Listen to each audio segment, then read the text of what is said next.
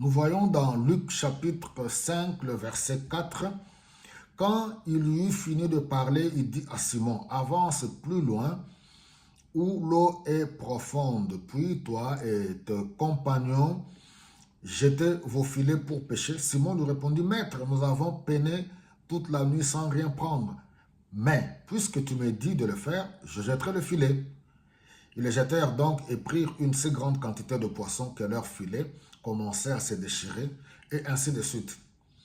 Notre seul objectif, notre seule raison de vivre, notre focus, c'est obéir au Seigneur Jésus-Christ, obéir à la parole de Dieu. Nous allons obéir à Dieu si nous voulons voir les résultats dans notre vie.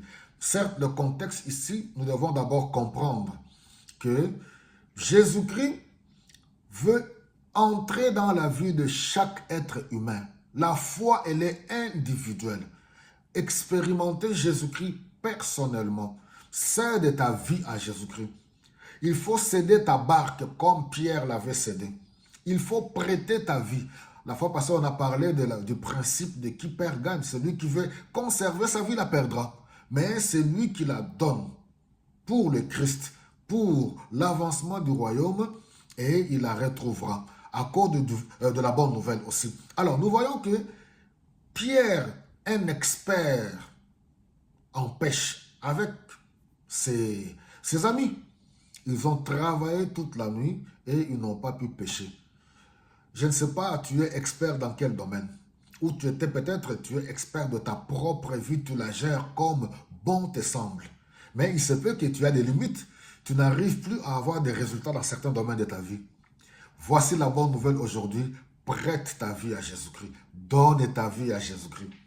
Et il te dit, quand tu donnes ta vie à Jésus-Christ, c'est la parole, Jésus-Christ, la parole faite chair, qui est à la base de toutes choses. Au commencement était la parole et la parole était avec Dieu. Dans Jean chapitre 1, le premier verset, quand on retourne dans Genèse, nous voyons, Genèse nous dit, au commencement, Dieu créa les cieux et la terre. La terre était informe, il y avait des ténèbres sur toute la surface de la terre. La terre n'avait pas de forme. Mais on nous dit que l'Esprit de Dieu se mouvait sur les eaux. Dieu dit que la lumière soit et la lumière fut. Lorsque nous prenons la résolution d'écouter la parole, d'écouter le Seigneur Jésus-Christ par le Saint-Esprit, d'obéir et d'exécuter, le résultat, nous devenons des pêcheurs d'hommes. Au point que la bénédiction va tellement abonder qu'on ne saura même plus la maîtriser. D'abord, pêcheurs d'âmes pour l'avancement du royaume des cieux. Alléluia. Donc, j'aimerais dire à quelqu'un, pour ceux qui sont déjà convertis, ceux qui sont des vrais enfants de Dieu, ayant confessé leurs péchés, ayant accepté Jésus-Christ dans leur vie comme leur Seigneur et Sauveur, vous avez laissé Jésus-Christ entrer dans la barque de votre vie, ne restez plus au bord de l'eau. Sous l'ordre du Seigneur, allez dans les eaux profondes. C'est là où il y aura le résultat. Ne sois pas un chrétien superficiel. Allez dans les eaux profondes de l'étude des Saintes Écritures. Allez dans les eaux profondes, dans la méditation de la parole de Dieu. Allez dans les eaux profondes de l'amour pour le Seigneur.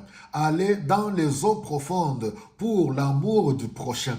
Allez dans les eaux profondes pour faire du bien à ton environnement. Allez dans les eaux profondes pour la gloire de Dieu. Que le Seigneur vous bénisse abondamment.